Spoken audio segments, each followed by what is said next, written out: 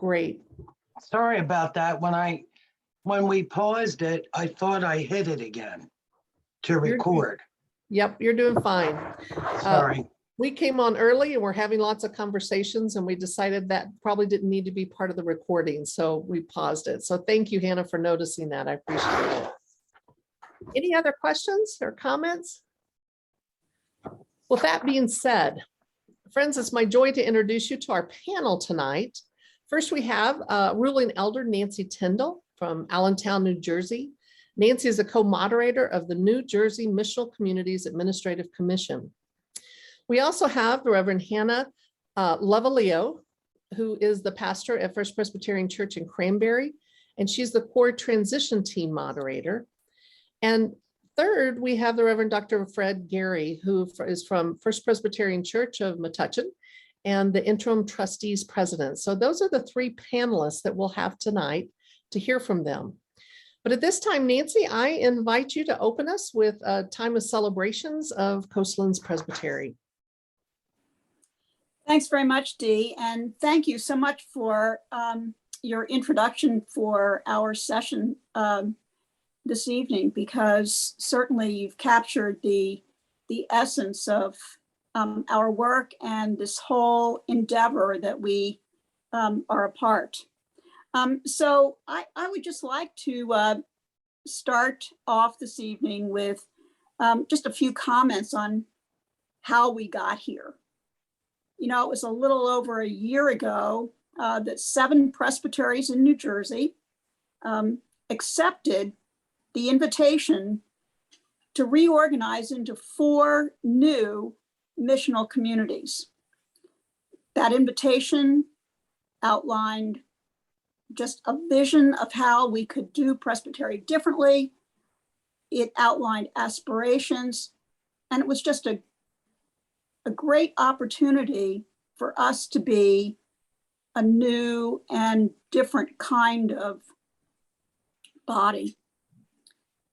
But that started a process that had never before been undertaken within the PCUSA. There was no roadmap to follow for how such a reorganization might unfold. There were legal documents to finalize, establishing the new presbyteries. There were plans outlined to allocate assets to the new presbyteries.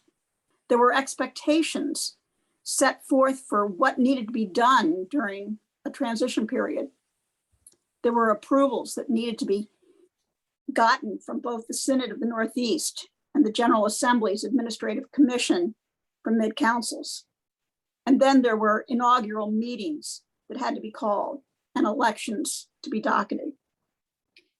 Today, we celebrate that there are 4 new missional communities and that we are on our way to living into this new way of being a presbytery.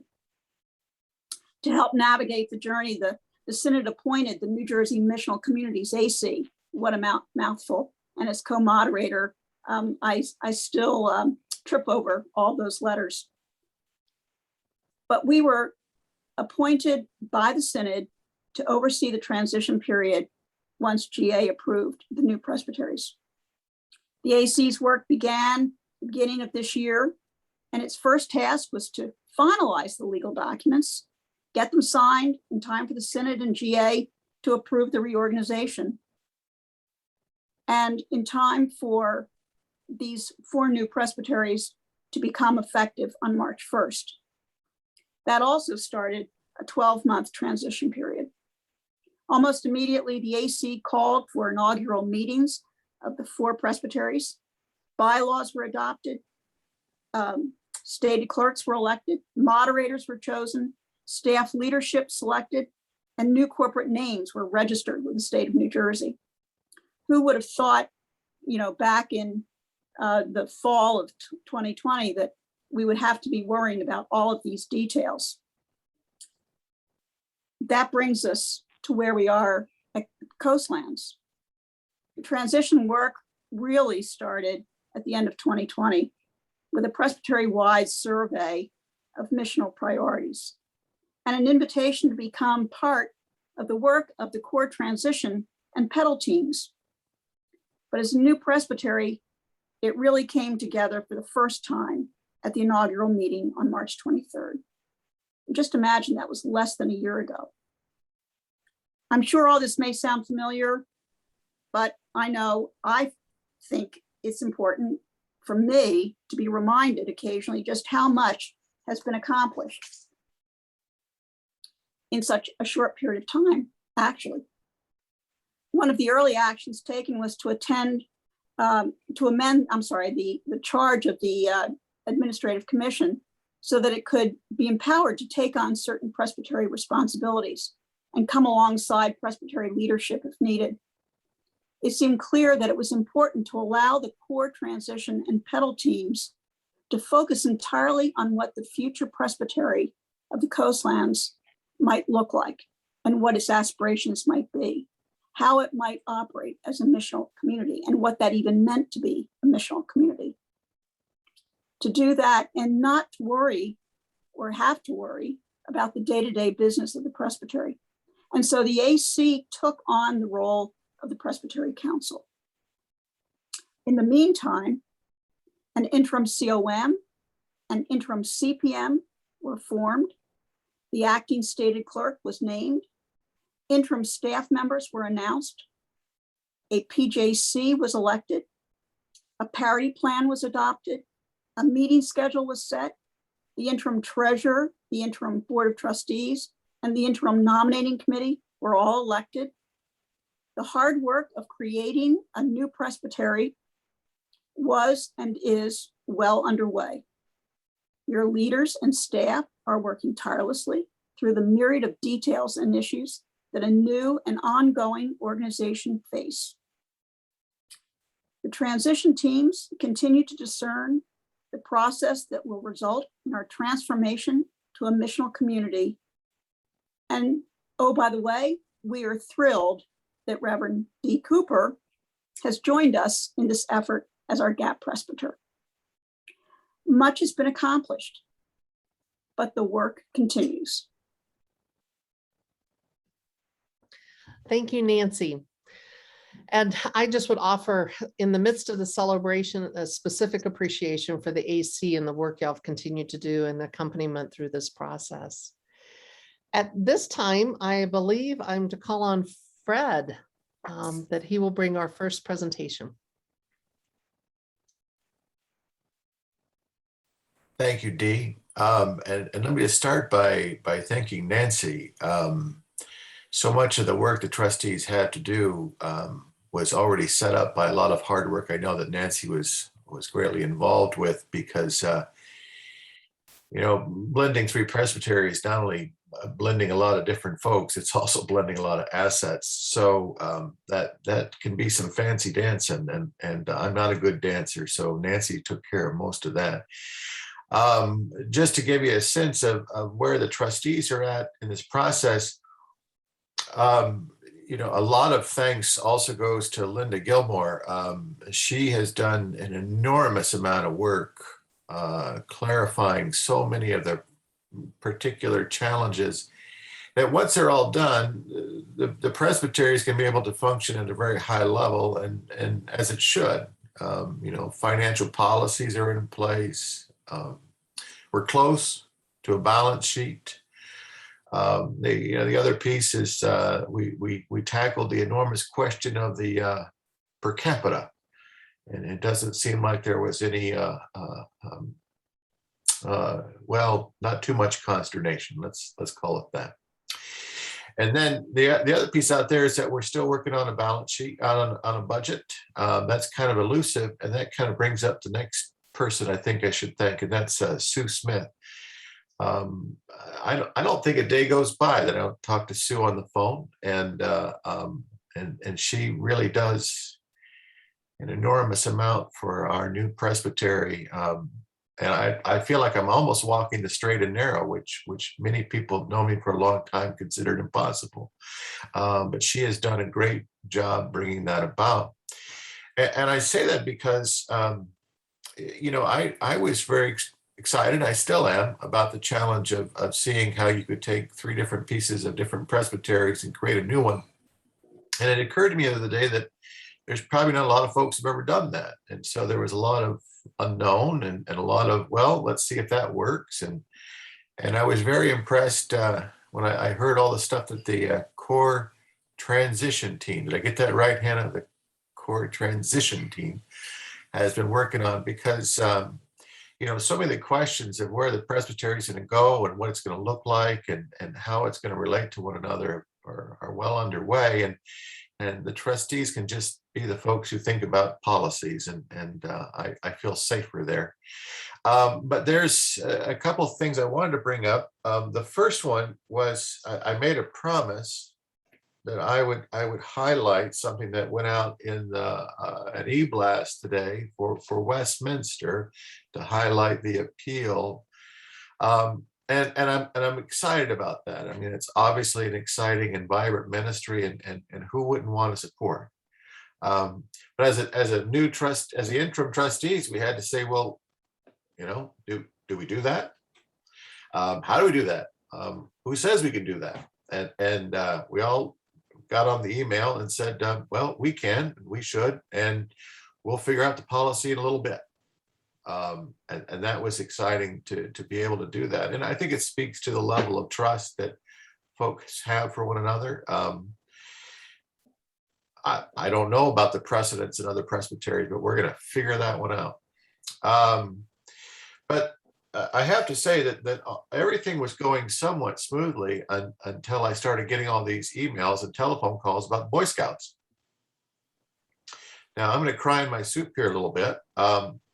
I've never had to learn so much about the Boy Scouts in a short amount of time, and I now have. And some of it was really tough to learn, not only in terms of just the legal piece of it, but also, you know, how our church is involved in this. What does it really mean for a congregation, this presbytery, to be connected to this? And there's all these questions of votes and participation and chartering and proof of claim and opt out. I wrote them down because I'm trying to forget them as fast as I can. But there was a lot of things in there that you know, I had to figure out exactly what does it mean and how did it relate to the churches. And so we talked together as a trustees. But before I even talked to the trustees, I think I was on the phone with Nancy Tyndall and Sue Smith for a good 2 or 3 days. And part of it was just trying to figure out, well, who's going to decide and what direction should we go and how is this working out?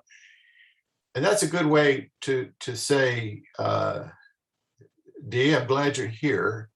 I think Sue and Nancy are okay without adult supervision, but I'm always in requirement of it. And I felt like if there had been an executive presbyter at that moment, that'd have been great, because I'd have been tasked. Someone would have said, this is your piece of it. You go in that direction. Sue's handling this. Nancy's got this. But I think it all worked out. And I guess that my point, though, is to say, I'm figuring that in the next 3 or 4 months, there may be other moments like that. There may be other pieces that come up where we say, well, I don't know, you know, who does that? Or like with Westminster, I mean, how are we going to come about that right now and in a timely fashion respond to it? And, you know, the Boy Scouts was an interesting path to go down. And I think in the end, we've got very good direction that came from his name was Collins. I want to say Kevin Collins. And he did a really good job of summarizing those issues, and I appreciate it.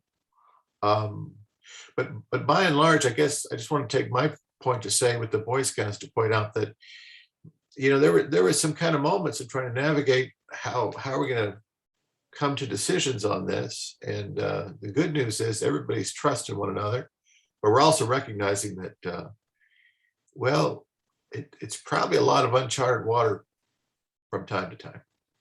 And some of the bigger questions that we got coming down the pike still, especially with the balance sheet. I mean, what the assets are clear, but there's also some questions about what they should be going forward. And so we're getting there. So, Dee, I don't know, I'm, my internal clock tells me that's exactly 5 minutes, so I'll turn it back to you. We might check your internal clock just a little bit, but we're in good shape. Let me say that. If there are questions at this time for Fred, I think we can, if you'll raise your hand and we can address those, because I think we're going to have some questions to follow up, and I think we have plenty of time. Great. Am I supposed to read the questions? No, we're actually asking others to ask their questions they might have.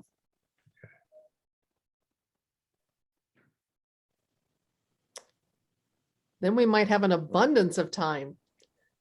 So any questions specific to Fred? He's mentioned a few things, combining the assets per capita, the budget's coming and working with that. But specifically, I would say maybe around the Boy Scouts of America or the Westminster appeal. I got a note that said someone's trying to raise their hand. Rob Morrison? I'm not seeing.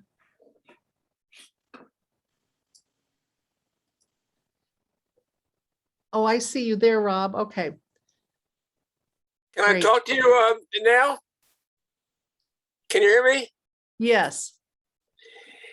First, I want to say thank you and welcome to our Presbytery, Dee. I was impressed by your resume, but the question of Boy Scouts is very real.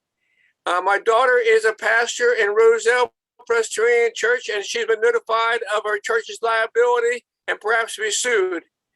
And our church at Yardville, has Boy Scout troops, and now we have to address the question of what is our relationship, and do we separate, or are we liable, or are we going to be in a very vulnerable position? Dee, can I respond to that? Oh, please do. You know, we're going to go as informal as possible. So if you can respond, that'd be wonderful. Okay, Rob, I really appreciate that question because it is the next one. We focused our energies first on the question of the voting and the different processes that were brought forth in terms of the Boy Scouts in bankruptcy. Yes.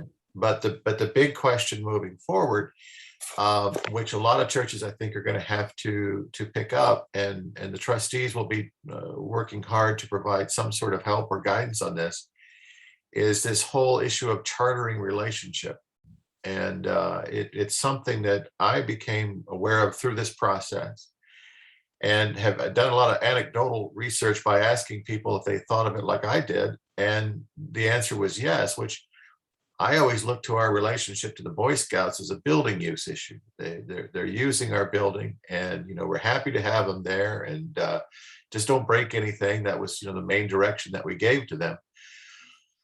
But it turns out our relationship, especially for a chartered organization, is much, much more significant than that. And the best response that I can give to you without misinforming this process is that every congregation in the Presbytery of the Coastlands / Central, I never know which one yet I'm supposed to say, but is that you need to ask that question as a congregation first. What's your current relationship to Boy Scouts of America? Are you currently a chartered member? Were you in the past? That's a very significant question, and I would encourage you to start there.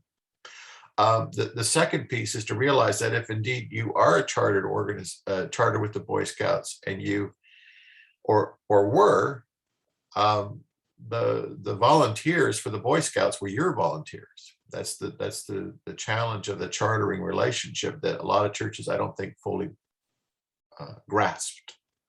I know that was news to me. I thought that the troop leaders were the volunteers of the troop, but it's that key phrase of chartered organization. And so I would Say that again, please.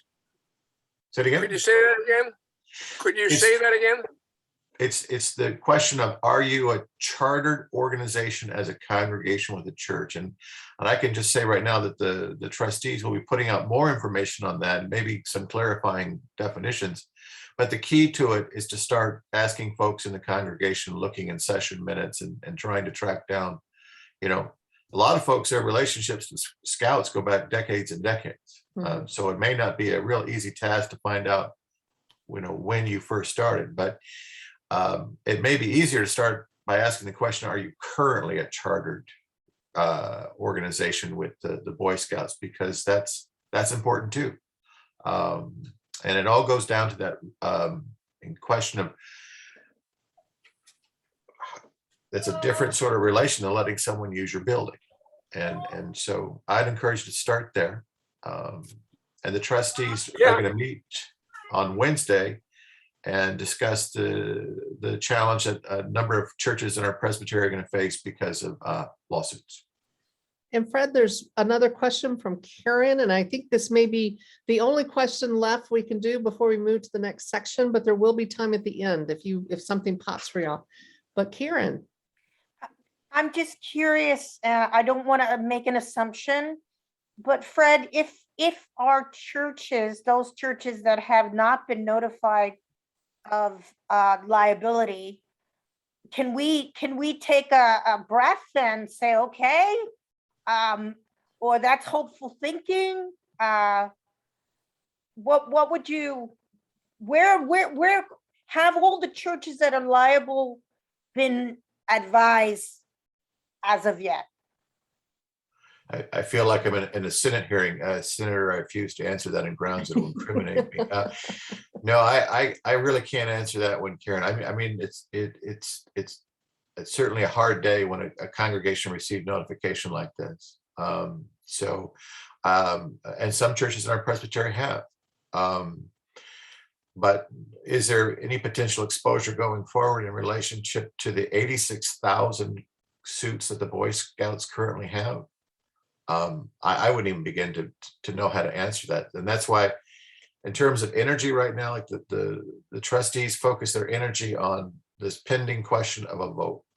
And I think we've resolved that issue pretty clearly.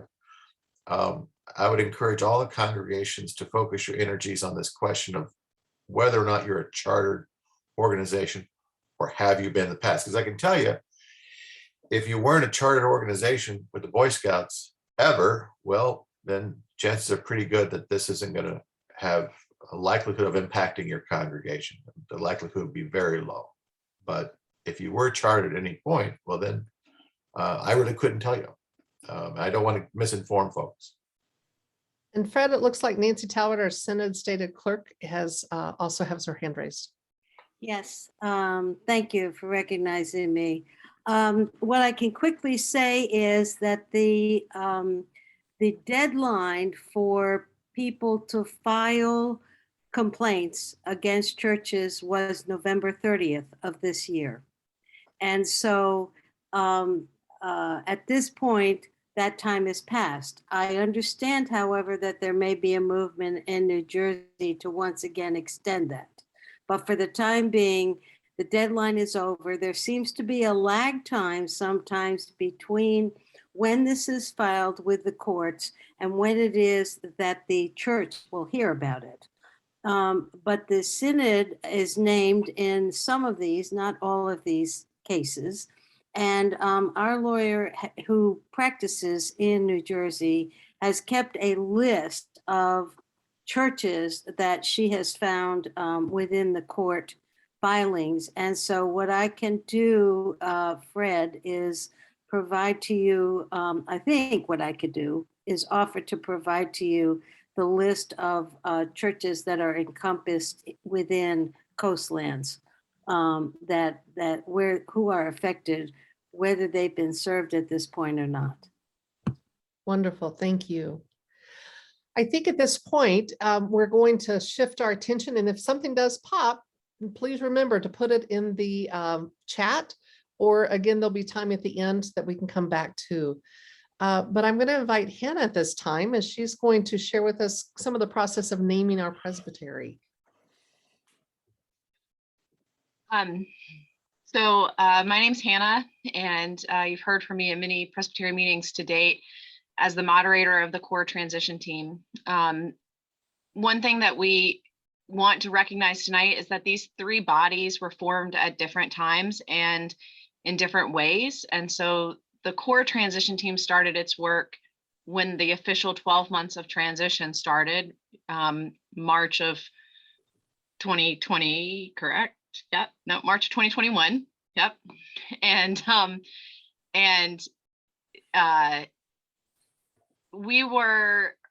am not quite sure how we came to be, except that the former Presbytery leaders put forth names of people to work on the transition, and together tried to find a representative and diverse body.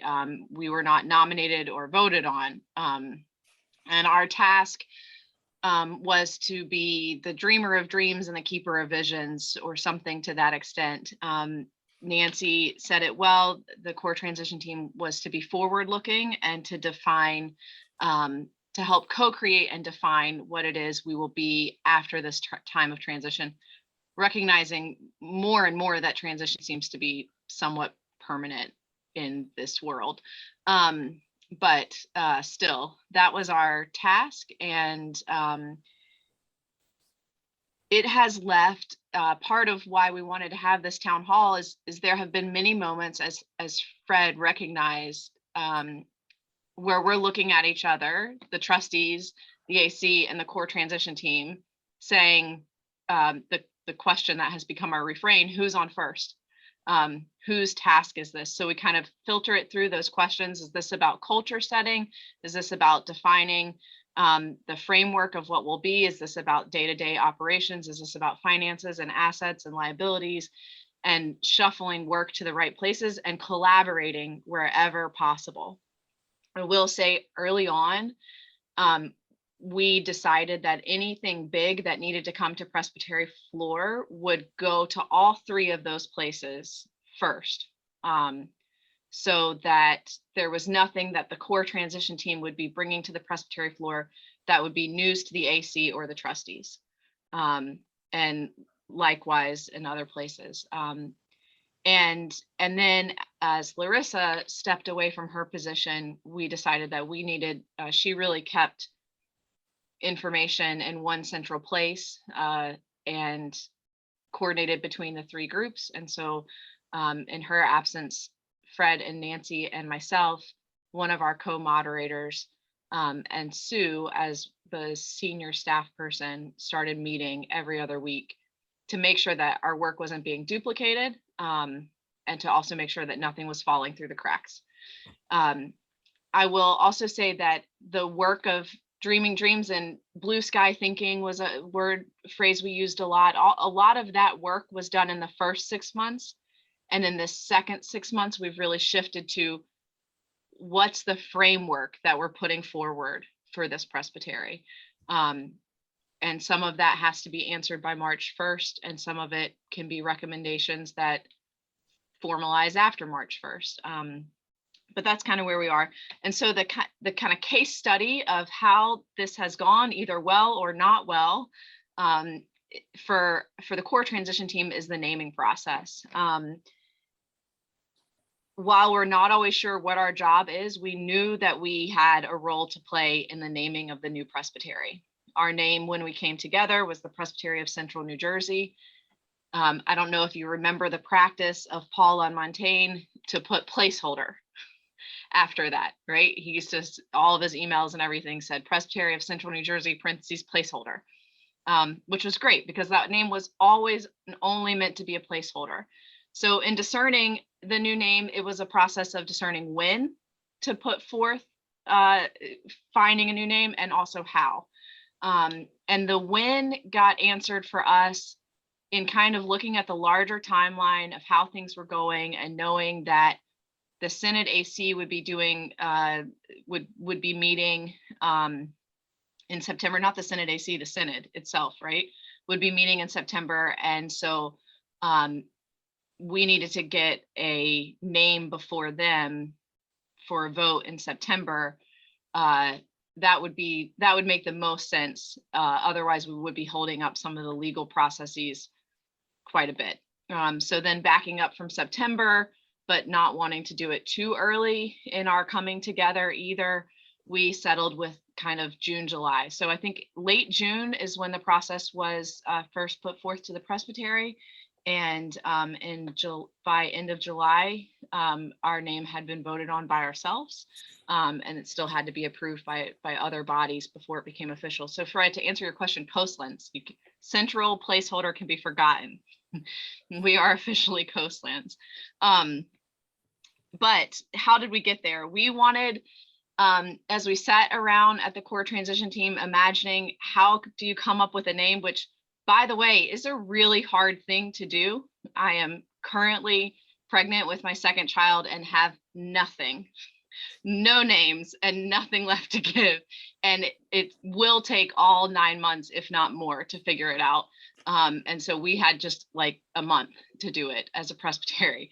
But we wanted to co-create, we wanted to invite as many voices into the process as possible. We thought it would be amazing if the new name came from a confirmation class, but a confirmation class isn't going to be at a presbytery meeting. So how do we cast the net as wide as possible?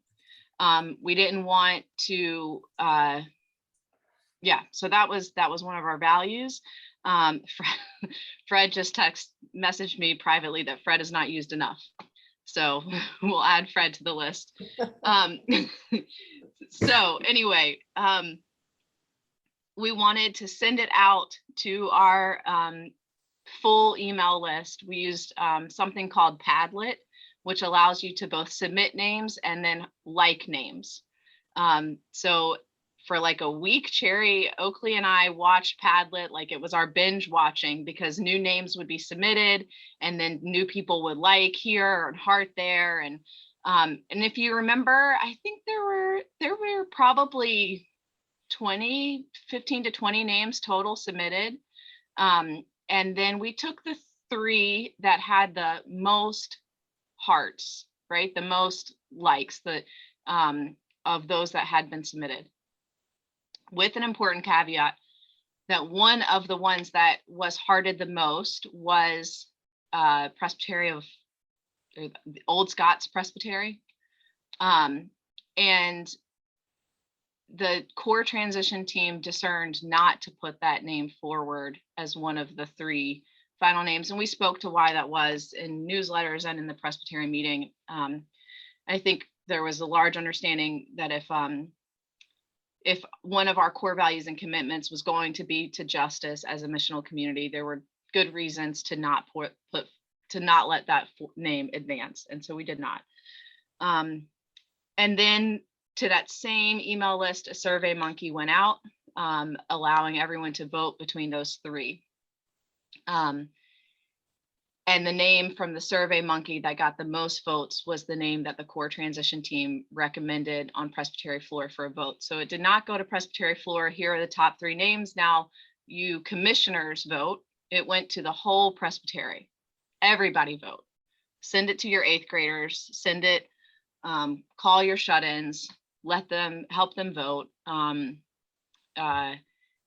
will say it was not participated in to that extent that we had hoped. And in general, the participation was pretty low in both processes. But that is how we arrived at a name. There was, as you might recall, a lot of opinions voiced at the Presbytery meeting of people not feeling that they could identify with the name geographically. The name, when it was originally submitted, was not just geographically motivated, but I actually have the description in front of me. The Coastlands appear frequently in the Old Testament / Hebrew Bible prophets, and they are called to join with the people in praise of God, to hear the declaration of God's salvation of God's people, to bear witness against injustice, and in the Christian tradition, to bear witness to the Messiah. As a Presbytery name, it speaks to our location and our connection to creation. It has prophetic resonances with our mission and justice and love, and it complements the name of the presbytery of our beloved siblings to the northwest, which had already arrived at Highlands at this point. So we felt like it was both geographic and missional, which was a strength. I felt like that. Others on the core team felt like that, and that is the name that earned the most votes at that through the Survey Monkey, and then was approved ultimately in the presbytery floor, although not unanimously. And that is how we came about making one decision, one decision that we feel really good about the process on, even if not everyone feels really great about the outcome. And so I open it to you. Yeah. Thank you, Hannah. And I appreciate hearing that. It's helpful for me to understand too. And so I appreciate the description unfolding. I wonder if there's any questions. And if you haven't noticed, Sherry, I think is demonstrating her with her screensaver. She said she was demonstrating the Coastlands. But if there are any questions or comments or concerns around that process, that it's feeling a niggle that you need to say or something that you want to bring forth. This is the time that we've created for that.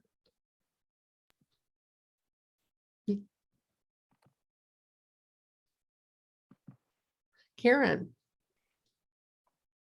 So as one of our Latine, not Latinx, this is the new term, Latine clergy members of our presbytery, I very much appreciated that the core team stopped this potential name Old Scots as being one of the options. And I appreciated not having to be the person to advocate on my behalf and on the behalf of other people of color, but my colleagues, my brothers and sisters of this presbytery voiced their concern. And so I just want to say muchísimas gracias that the process worked in the way that it did. Thank you.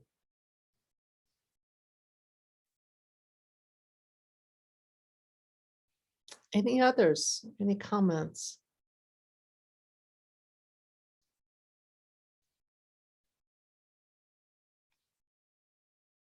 I'll just add that we have known since the outcome of that presbytery meeting that there's work to be done in helping people identify with the name, so that even if you didn't connect and resonate with it in the beginning, the need to create opportunities for everyone to do that and to have pride in the name and a sense of what it means.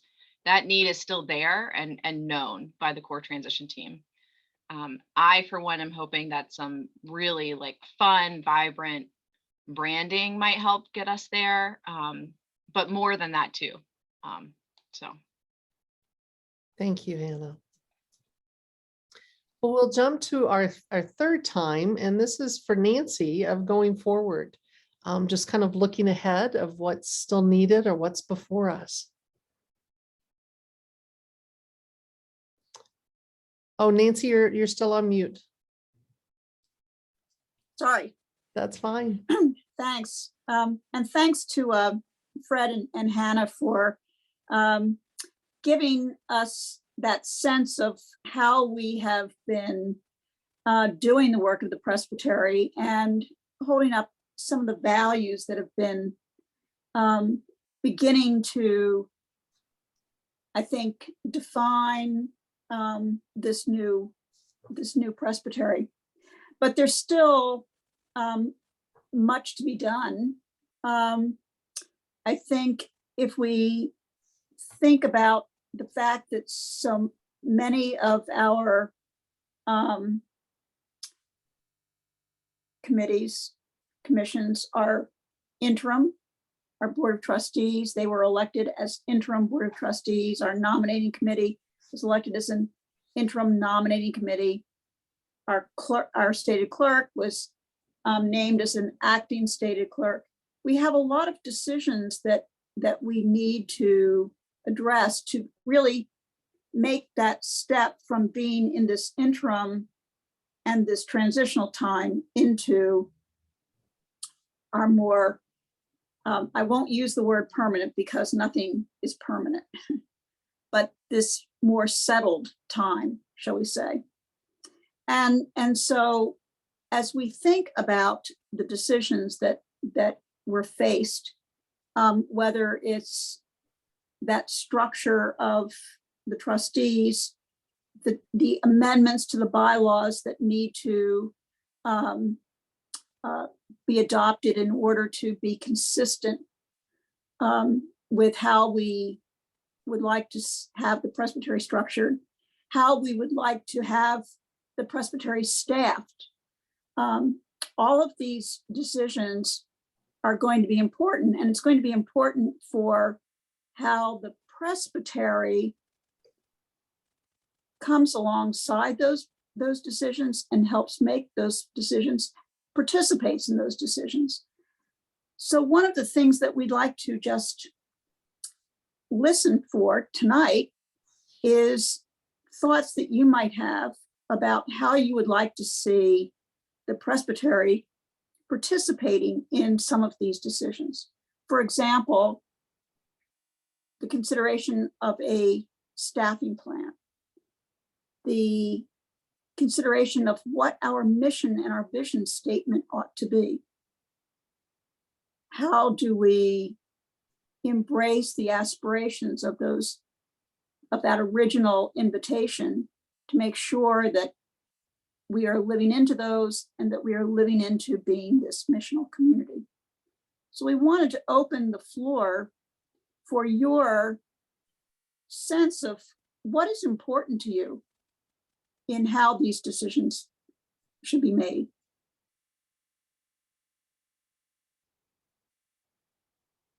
So with that, Dee, I would like to just invite our friends tonight to share their thoughts with us.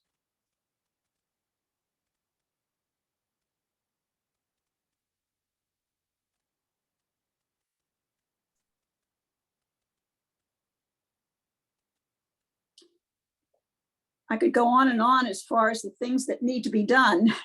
And I don't want to scare anybody away, but Yeah, I because would at the also, same time, you know, there's a lot to be celebrated tonight of how much we have done. And I think as Fred and Hannah have described, the work that they've done is just remarkable. And to think it's less than a year that all of this has come together. so I see Howard has his hand up. And Howard, you're on mute, just so you know.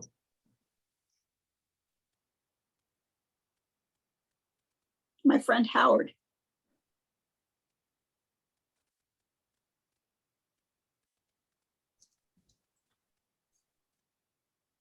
There we go.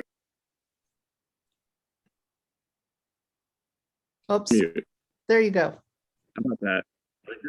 All right. I'm on my cell phone. I apologize. Not very good at it with Zoom. So just kind of a general question. I know, you know, each of the three presbyteries probably had some very passionate programs that they were involved in. For example, I was involved in the Genesis Center, which is an online resource library that assisted mostly smaller churches and helping them develop curriculums and that kind of thing, or find resources to help the volunteer figure out how to educate the children, kind of a thing. And so I'm wondering, across all three presbyteries, is there just kind of a master list of maybe the projects that we've been involved in the past and maybe what might be moving forward? In other words, which of those programs might be kept versus which of those programs that might be, you know, let to kind of roll off?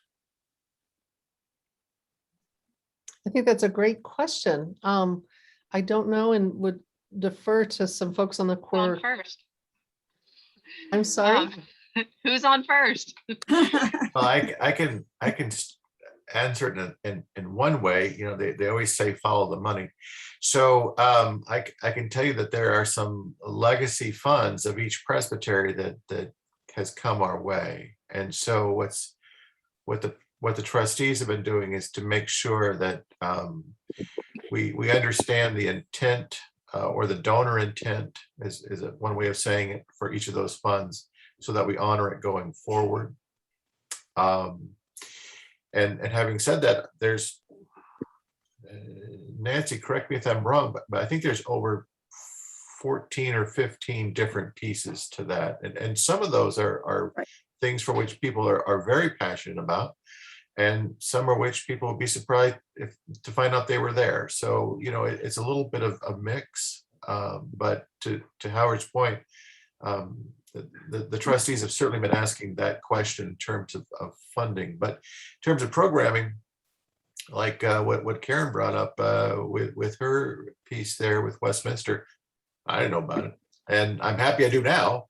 But it's one of those things where I was so far away that 20 miles that there's no way I would have known what was happening 20 miles away. So, Howard, there are two pedal teams from the core transition team that have looked at this to some extent.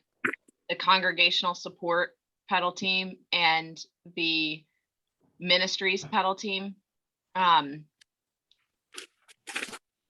Not that the core transition team nor its pedal teams have the power to say these programs and ministries continue and these stop continuing, but they have been spending time.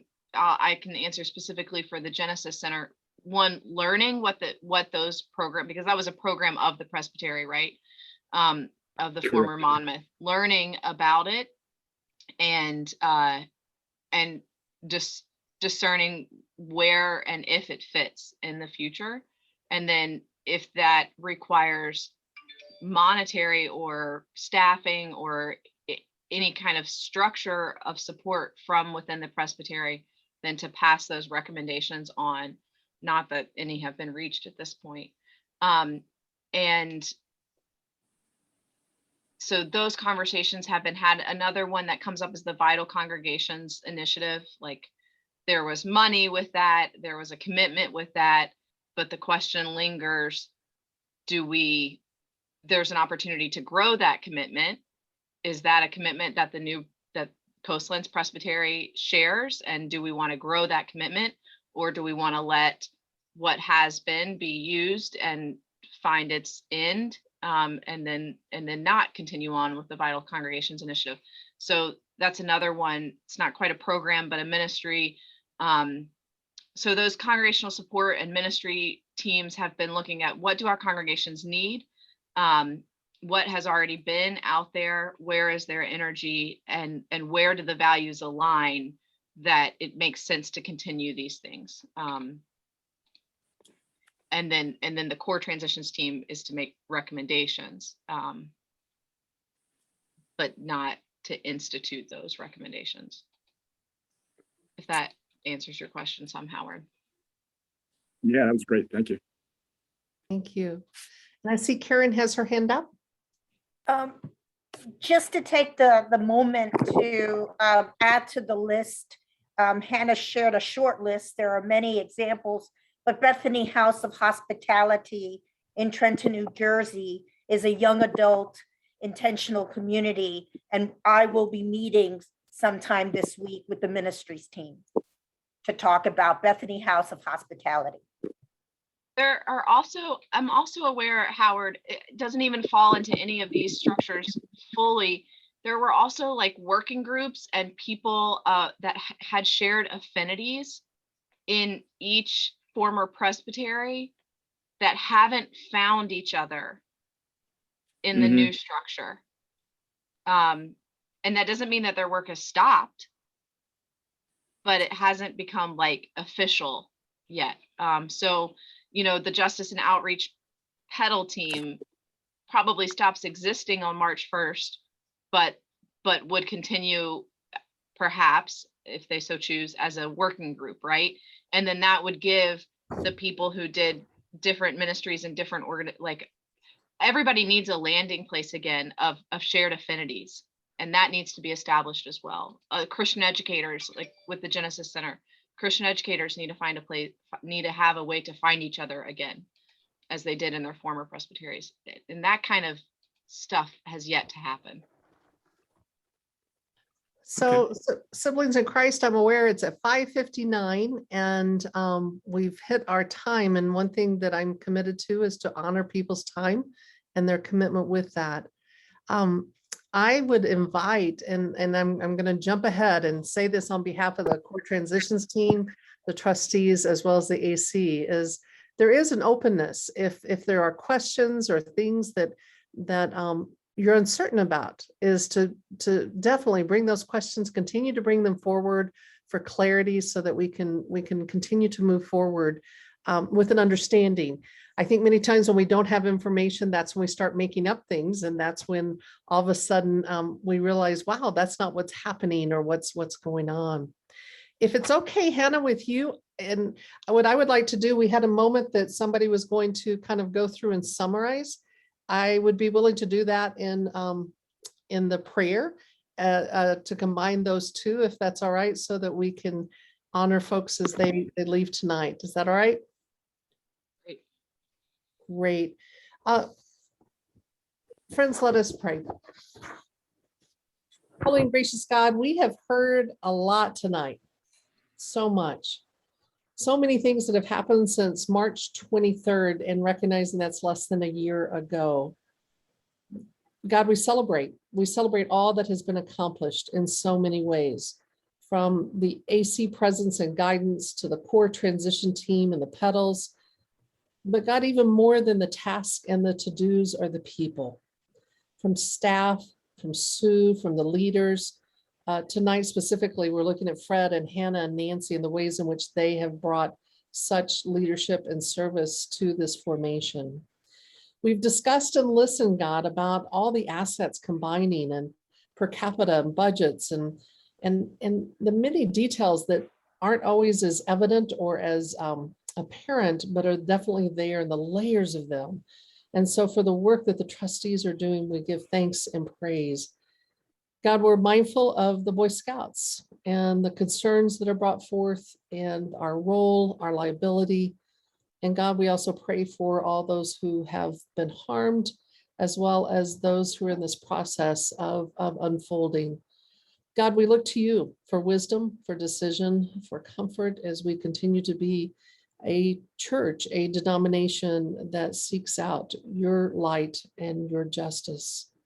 God, we're mindful of all the big issues that have come before this Presbytery and the process that they've gone through in bringing forth that. The vitalness of naming and how important names are.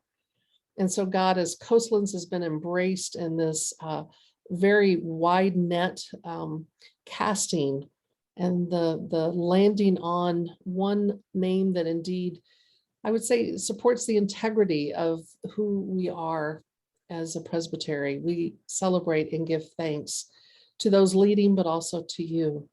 God, we put in a side prayer for Hannah's child, that name pops quickly for her and with ease. And all the decisions moving forward, all the ways that are before us that still are in that unknown and that uncertainty, and the ways in which we can't quite see through the many details. God, we ask for your light to illuminate, for your spirit to ignite within us, as well as clarify and support us as we move forward as Coastlands Presbytery.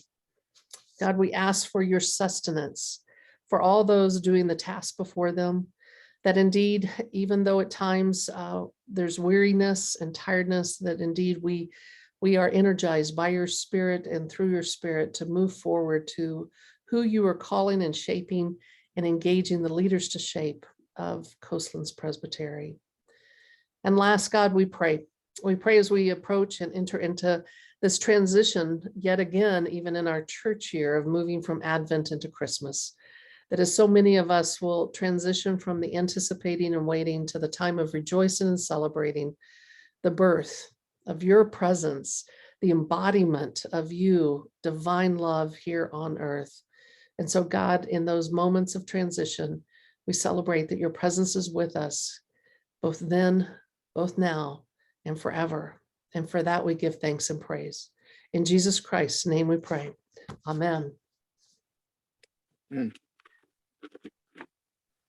Friends, thank you so much for this evening. We do welcome any more, and thank you for your time. We appreciate you coming, and for those who shared questions and ideas, we're here for you. So have a good evening. Buenas noches. Buenas noches. Mhm.